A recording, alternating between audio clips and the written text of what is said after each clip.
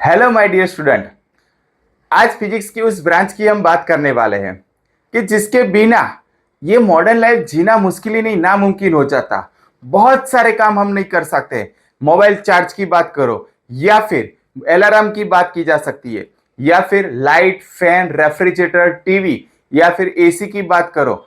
अभी तो electric vehicle भी आ चुके हैं। तो बेटा ये समझ सकते हो कि अगर ये लाइट यहाँ से स्विच ऑन किया, ये लाइट ऑन हो गई, स्विच ऑफ किया, लाइट ऑफ हो गई, तो ये करंट कैसे पास होता है, ये सब की बात करने वाले हैं। ठीक है, तो अब इस चैप्टर का नाम क्या है? Current, electricity. चलिए बेटा अब हम पढ़ते हैं। मेरे पास ये कप है, कप में कुछ पानी है।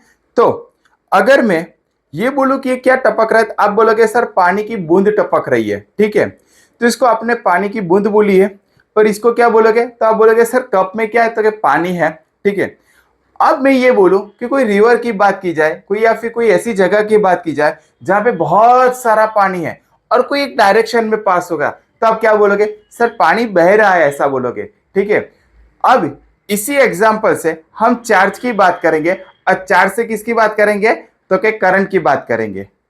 तो जैसे ही आपने अभी देखा कि जैसे मैंने पानी की बूंद बोली, वैसे ही हमारा क्या होता है? सिंगल चार्ज होता है। ठीक है, अब आप वो बोलोगे कि सर इतने ज्यादा चार्ज होगा, तो आप क्या बोलोगे? सर ये बहुत ज्यादा मतलब क्वांटिटी में चार्ज बोलने वाले हैं। और कोई एक डायरेक्शन में पास होगा तो आप क्या बोलोगे? सर ये चार्ज क्या है? बह रहा है, मतलब कि करंट पास हो रहा है। आइए सिंपल सी चीज और बेसिक से पढ़ रहे हैं, इलेक्ट्रिक चार्ज। सिंपल कि भाई इलेक्ट्रिक चार्ज में क्या आता है। ठीक है, इलेक्ट्रिक चार्ज। तो बेटा आपको सबको पता है इलेक्ट्रिक चार्ज कितने टाइप्स के होते हैं? आप बोलोगे सर दो टाइप के होते हैं। चलिए आप बोल देता हूं, मैं लिख देता हूं। ठीक है, ये हमारा कौन सा रहेगा? तो आप बोलोगे सर पॉजिटिव चार्ज रहेगा। तो ये पॉजिटिव चार्ज मैंने लिख दिया, प्लस क्यू। यहां पे दूसरा कौन सा है? तो आप बोलोगे सर नेगेटिव चार्ज होगा। ये मैंने लिख दिया नेगेटिव चार्ज, जिसको हम बोलोगे माइनस क्यू। आप बोलोगे सर ये तो सिंपल है, हमें सब आता है।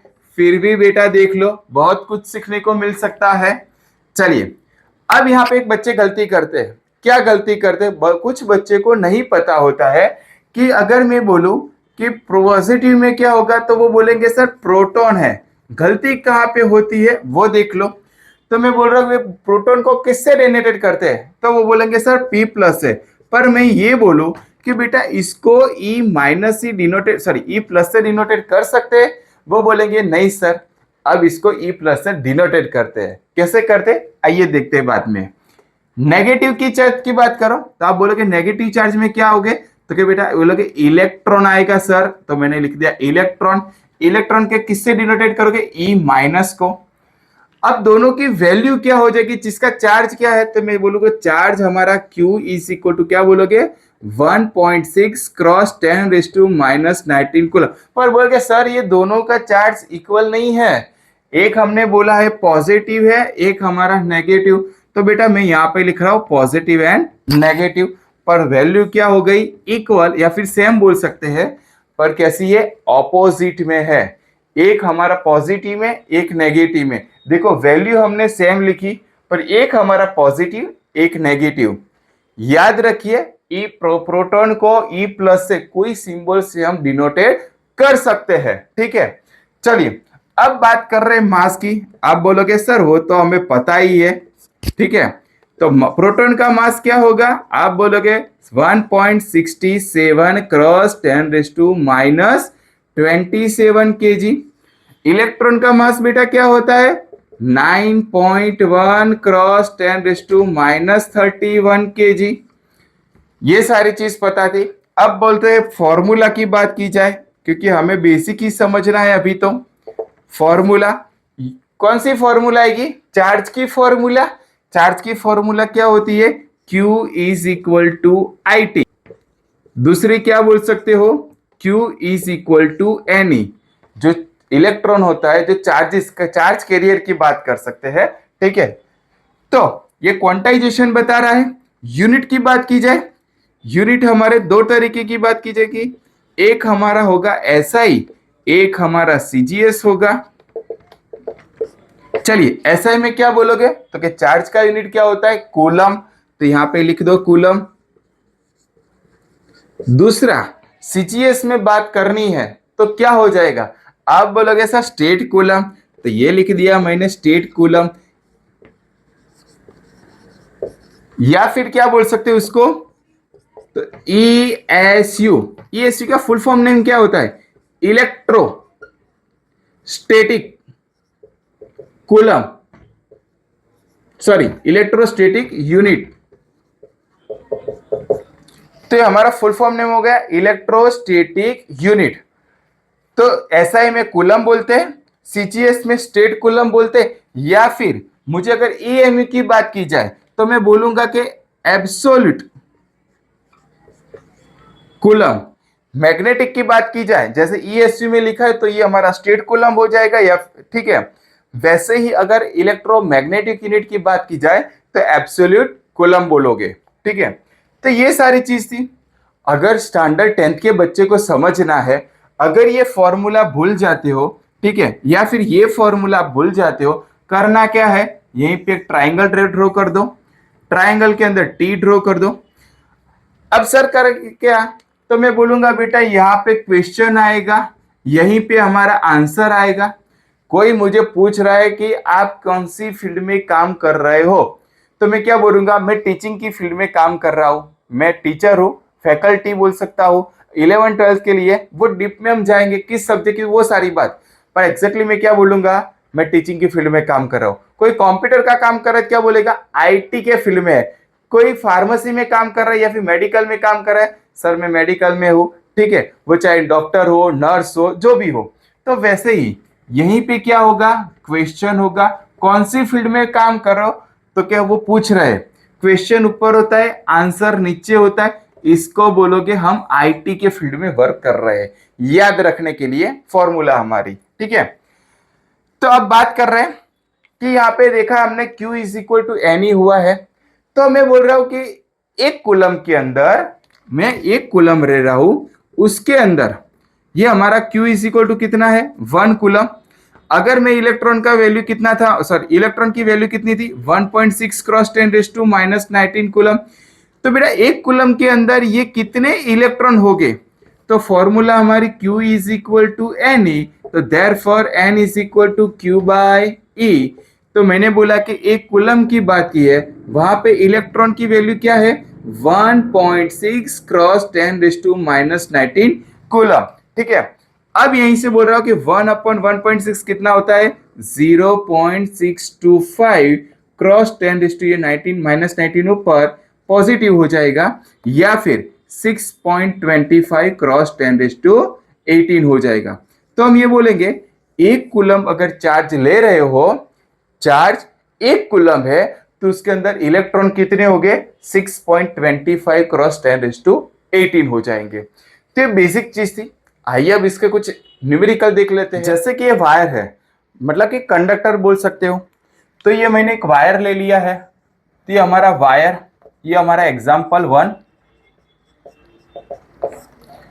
अब यहीं से मैंने चार्ज, सॉरी करंट पास किया है, तो करंट मैंने पास किया है, तो भाई 4 एम्पियर जितना मैंने करंट पास किया। अब यहीं पे अगर मैं टाइम नोट कर रहा हूं, t is equal to 0 second बोल सकता हूं। अगर यहीं की बात करो t is equal to t second, या फिर यहाँ पे वैल्यू हमने 8 सेकंड तक बात की, तो इसको क्या बोलोगे, t माइनस टी 0, ठीक है।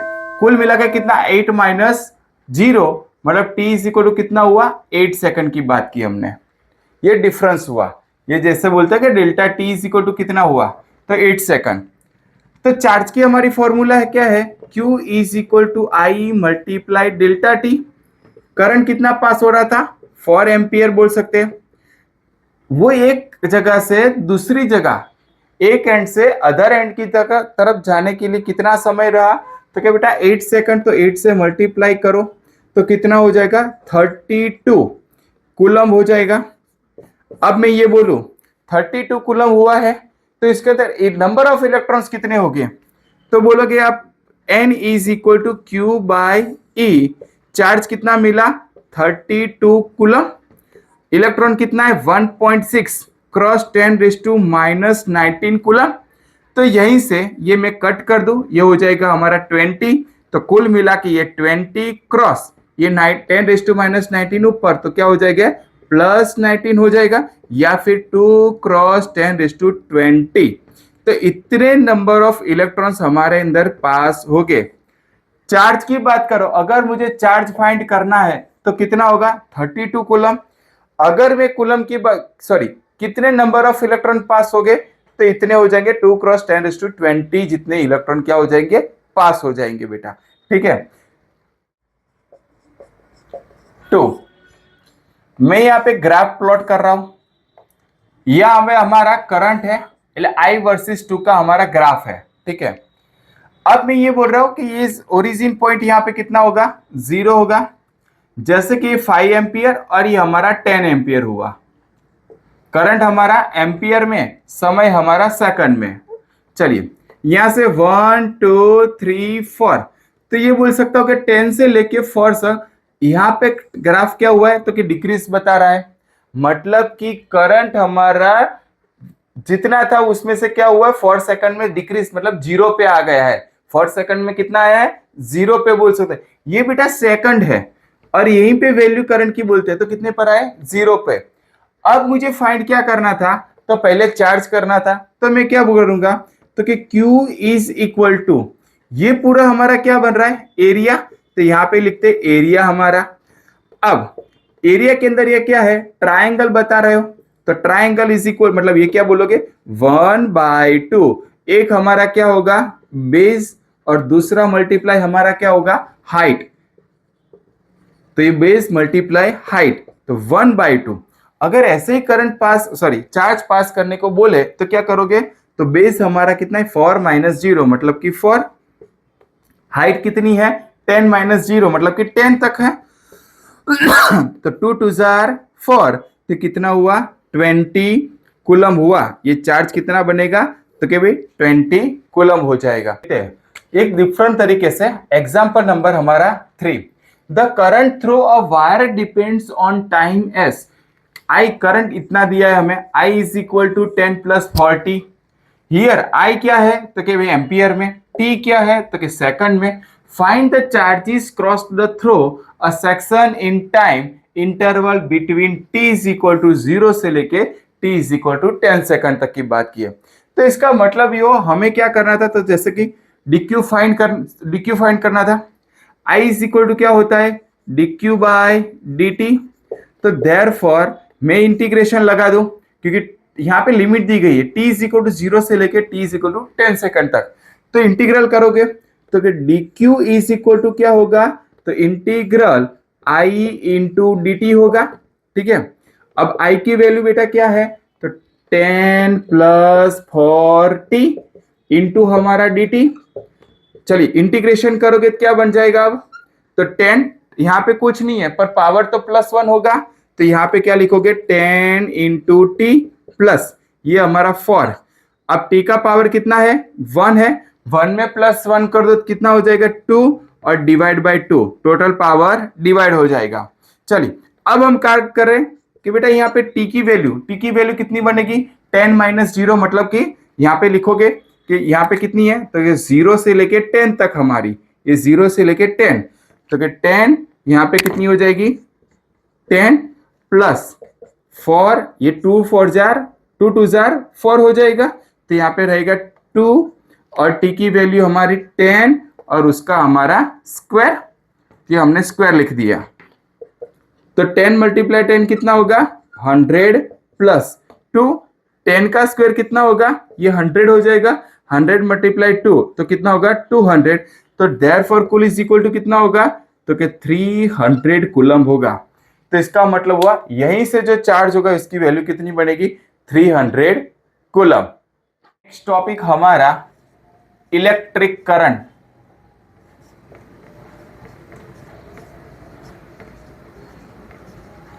अब ये इलेक्ट्रिक करंट के बारे में हम पढ़ाएंगे। इलेक्ट्रिक करंट को हम I से डिनोटेट करते हैं। ठीक है, तो पहले फर्स्ट ऑफ ऑल हमारी फॉर्मूला देख लेते हैं। ये हमारी फॉर्मूला क्या होती है? तो बेटा अभी हमने देखा Q इज इक्वल टू क्या होता है, आई टी। तो यहां पे लिखेंगे I is equal to Q by T. चलिए और बहुत सारी हम फॉर्मूला देख सकते हैं। यहाँ पे ये भी लिख सकते हैं, क्यू की जगह हमने लिया था एनी, तो एनी बाई टी भी बोल सकते हैं। और कौन सी फॉर्मूला बना सकते हैं? तो देखो जैसे हम ओम्स लॉ बोल रहे, ओम्स लॉ में क्या बोलोगे, V is equal to I R. तो I को सब्जेक्ट बनो, क्या हो जाएगा, V upon R. Next formula, जैसे मैं बोल रहा हूं कि I is equal to J A, current density की बात कर सकते हैं, I is equal to J A. ठीक है, एक और है, I is equal to A into V D into N E. तो बेटा यहाँ पे देखी जा सकती है कि I is equal to Q by T है, I is equal to V upon R, I is equal to J A, I is equal to A into V D into N E. तो जब ड्रिप वेलोसिटी पढ़ेंगे तब देखेंगे, ये हमारी current density देखेंगे, ये ओम्स लॉ की फॉर्मूला बनती है, और ये अभी हमारा चार्ज और इसकी करंट की बात करने वाले हैं। ठीक है, तो मेन करंट की बात बोलो तो ये इंपॉर्टेंट है, ये याद रखना खास। हाँ, ये तो हमारी जब ओम्स लॉ पढ़ेंगे तो वहीं से पता चलेगा V is equal to I R है। ठीक है, बाकी सब पता चलेगी जैसे पर चैप्टर मतलब कि आगे बढ़ेंगे वैसे वैसे देखते जाएंगे। यूनिट्स की बात की जाए तो हमारे यूनिट्स में SI भी देखेंगे और CGS भी देखेंगे। आप बता सकते हैं SI में यूनिट्स क्या हो जाएगा?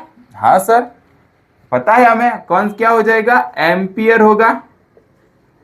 यस। CGS में बेटा क्या होगा? CGS में थोड़ा डाउट होने वाला है, क्योंकि याद रखना है यहाँ पे बायोट, कौन सा है, बायोट। हाँ, ये जल्दी से याद नहीं रहता। अब इलेक्ट्रोमैग्नेटिक यूनिट की अगर मैं बात करूं तो यहां पे लिख रहा हूं, वहीं से AB या फिर एब्सोल्यूट लिख सकते हैं, एम्पियर, जो आगे लिखा था ना हमने चार्ज में। यस। अब यूनिट के बाद बात करें, डायमेंशन फॉर्मूला बनेगी हमारी। तो बेटा डायमेंशन फॉर्मूला क्या बनेगी? तो डायमेंशन फॉर्मूला ये बता सकते हो, यहाँ पे ये क्या चीज की यूज की हमने, करंट मतलब एक फॉर्मूला आई है, यूनिट क्या होता है, एम्पियर। तो एम्पियर से हमारा क्या बनेगा, A1।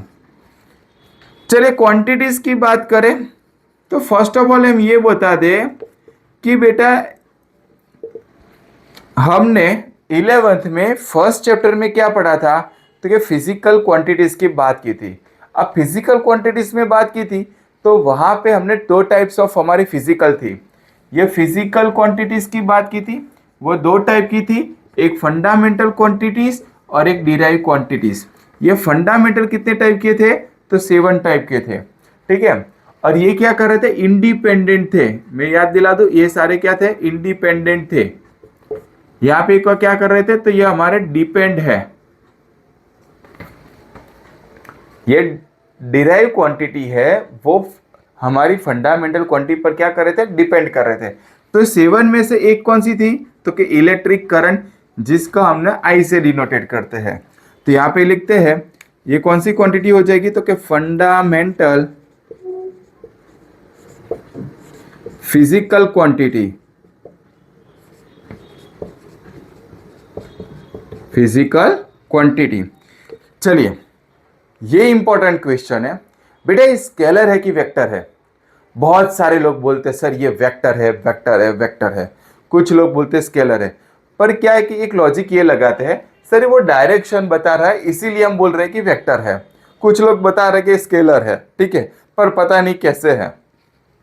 मैं आपको एक एग्जांपल दूं, एक वायर है जहां से करंट हमारा फ्लो होगा कि भाई I1 इज इक्वल टू, मैं बता दूं कि बेटा 3 एम्पियर करंट पास हो रहा है। ठीक है, एक सेकंड एक दूसरा भी वायर है, तो यहीं से मैं बोलूं कि बेटा करंट कितना, तो कि 4 एम्पियर अगर पास हो रहा है, तो कुल मिला के यहीं से जो करंट बनेगा, तो आप बोलोगे सर ये तो एडिशन ही होगा, I is equal to 3I1 ampere, मतलब कि I1 प्लस I2, तो 3 एम्पियर प्लस 4 एम्पियर, कुल मिला के यहाँ से सर 7 एम्पियर पास होगा। मैंने बोला बेटा ये भी सही है। ठीक है, क्योंकि एडिशन ही होता है, सही बात है। ठीक है, पर अगर मैं ये बोलूं मैं यहाँ पे क्या ले रहा हूं, तो ये एंगल ले रहा हूं थीटा, तो क्या होगा, यहीं पे कुछ चेंज आएगा? तो आप बोलोगे सर नहीं आएगा, क्योंकि घर में भी ऐसे वायर है या फिर हमने भी ट्राई किया है कि कोई भी वायर का एंगल बना दो पर करंट में कोई चेंजेस आता नहीं है। तो बेटा करंट में चेंजेस नहीं आता किसकी वजह से? तो कि थीटा की वजह से। तो थीटा की वजह से नहीं आ रहा है, तो हमने 11th में क्या पढ़ा था? स्केलर वेक्टर की जब बात करते तो कि वेक्टर में एक पॉइंट था जो पैरेललोग्राम बोलते थे। तो जो पैरेललोग्राम नहीं फॉलो होता उसको क्या बोलते हैं? हम स्केलर बोलते हैं। तो यहाँ पे पैरेललोग्राम रूल्स यहाँ पे फॉलो नहीं कर रहा। पैरेललोग्राम में क्या थे? वो थीटा की बात कर रहे थे, एंगल चेंज होता तो वहां पे चेंज होता था। तो यहाँ पे लिखेंगे ये कौन सी क्वांटिटी हो गई? स्केलर। ये ध्यान से याद रखना है। क्यों बेटा? तो ये स्केलर क्वांटिटी है तो क्यों है? तो अब बताना है the parallelogram is not follow. ये रीजन हमें याद रखना है कि यहां पे पैरेललोग्राम का जो रूल्स है वो फॉलो नहीं हो रहा। Parallelogram rule is not follow. हम करंट को एवरेज में दिखा जाए तो बोले कि भाई एवरेज करंट। तो आप बोलोगे सर ये तो सिंपल है कि भाई average I is equal to क्या बोलोगे? Delta Q by delta T. अगर मैं ये बताऊं इंस्टंटेनियस करंट, तो आप क्या बोलोगे? सर ये तो हमें पता है I इज इक्वल टू क्या हो जाएगा? लिमिट बताओगे delta T to 0 delta Q by delta T is equal to क्या हो जाएगा? D Q by D T. तो बेटा अभी हमने जो पढ़ा है वो सारी बेसिक चीज थी। मुझे भी पता है कि आपको आता है, पर बेटा ये कुछ चीज होती है, ये वाली जो है वो इंपॉर्टेंट है। हमें यहीं पे गलती नहीं करनी है, यहीं पे गलती नहीं करनी है, और ये बाकी के यूनिट्स क्या करना है? तो याद रख फॉर्मूला क्या करना है वो भी हमें याद रखनी है। पर वो जैसे जैसे चैप्टर चलेगा वैसे आपको पता चल जाएगा। ठीक है, तो इतना अभी याद रखना है। हाँ, अब जो मैं पढ़ाने चाह रहा हूं वो ध्यान से पढ़ना। इलेक्ट्रिक करंट कितने टाइप्स के होते हैं? तो 2 टाइप्स ऑफ हमारे इलेक्ट्रिक करंट होते हैं। एक हमारा होता है एसी अल्टरनेटिव करंट। अगर मैं ये बोलूं ओनली एसी बोल दे तो आप वो एसी समझते। ठीक है, इसीलिए अल्टरनेटिव करंट। दूसरा हमारा है डायरेक्ट करंट। बेटा कई बच्चों को फुल फॉर्म नहीं याद रहता, इसीलिए लिख देना डायरेक्ट करंट डीसी को बोलते हैं। ये अल्टरनेटिव करंट का मतलब क्या हुआ कि बेटा हमारे घर पे जो करंट आ रहा है, ठीक है, ये हमारा टाइम टी, ये हमारा वोल्टेज। तो वोल्टेज वर्सेस टाइम का मैंने ग्राफ प्लॉट किया। अब करंट कैसे आएगा? अल्टरनेटिव आएगा, मतलब कि पॉजिटिव नेगेटिव आएगा। तो ये जो है वो हमारा एम्पलीट्यूड बता रहा है, एक हमारा पॉजिटिव एक हमारा नेगेटिव। तो जो घर पे करंट आ रहे हैं वो क्या हो जाएंगे? पॉजिटिव नेगेटिव में आएंगे। अप्रोक्सीमेट बोल सकते हैं, या फिर 220 टू 240 वोल्टेज का करंट पास होगा, या फिर 230 वोल्ट। कोई भी मार्केट में से चीज लाओगे, जैसे लाइट है तो वहीं पे लिखा होगा 230 वोल्ट है। ठीक है, तो ये एसी करंट पे काम कर रहा है। तो डीसी की बात करें तो क्या हो जाएगा? आइए, तो कि डीसी में क्या हो जाएगा? तो बात कर रहे हैं एक हमारा इस तरह से करंट टी हो जाएगा। वोल्टेज वर्सेस करंट की टी की बात करूं तो यहीं पे ये क्या बता रहा है? तो ओनली क्या हो जाएगा? पॉजिटिव रहेगा। यहीं पे वैल्यू चेंज हो रही है, डायरेक्शन चेंज नहीं हो रहा है। वैल्यू क्या बता रही है? चेंज बता सकते हैं, पर इसमें डायरेक्शन चेंज नहीं हो सकता। सेकंड नंबर की मैं बात करूं, एक कौन सा रहेगा? तो एक हमारा कांस्टेंट रहेगा। ये कांस्टेंट क्यों कब यूज होता है या फिर कहां पे यूज होता है?